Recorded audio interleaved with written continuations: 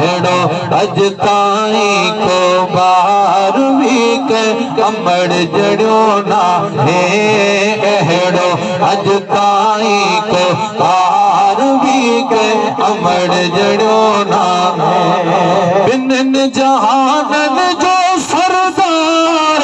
सुभान अल्लाह बिन जहानन जो सरदार भी के अमड़ जड़ो ना है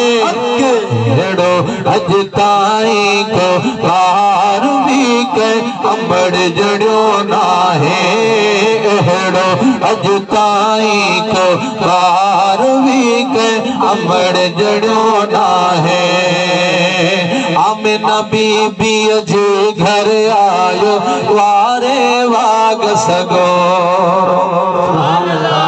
आमिना बीबी अजे घर आयो वारे वाग सगो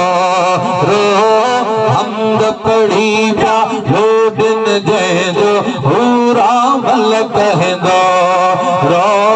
हमद पढ़ी प्या लोडन जैजो पूरा मल कहंदो कामिल जहड़ो पलंगी दौर होया बिचो सुभान अल्लाह अजा जोर सा जो सुभान अल्लाह कामिल जहड़ो पलंगी दार भी के अमड़ जड़ो ना है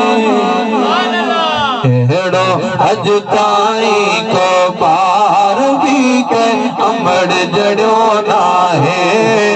हेड़ो अज ताई को बार भी के अमड़ जड़ो ना है थदड़ी थदड़ी ही रगले पई बूंद बहर करन मां आमद जा आवाज अचन चावण निकड़न टकरन आमद जा आवाज अचन प्या वण निकड़न टकरन हाजी मखड़ो छे हर बार हाजी मखड़ो छे हर बार भी के अमड़ जड़ो ना है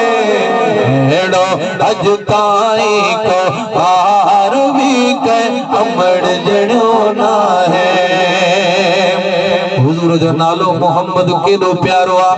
जो हिकड़े शायर लिखियो के है आमिना में मीम हलीमा में मीम है सुभान अल्लाह एहराम में है मीम तो मिंबर में मीम है नमाज में है मीम तो कलमे में नमाज में है मीम तो कलमे में मीम है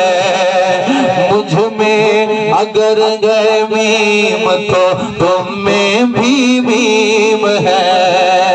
मक्के में मीम है मदीने में मीम है अली में मीम ना सही मौला अली में मीम है अरे मक्के में मीम है मदीने में मीम है और इस मीम का है राज अलिफ लाम मीम में सब चाहो हेड़ो अज ताई को बार भी के अमड़ जड़ो ना है हेड़ो अज ताई को बार भी के अमड़ जड़ो ना है माशाअल्लाह सारे प्यारा दोस्त मौलाना हाफिज जावेद सुमरो साहब अब्दुल रज़ाक सुमरो साहब रिकॉर्डिंग गारो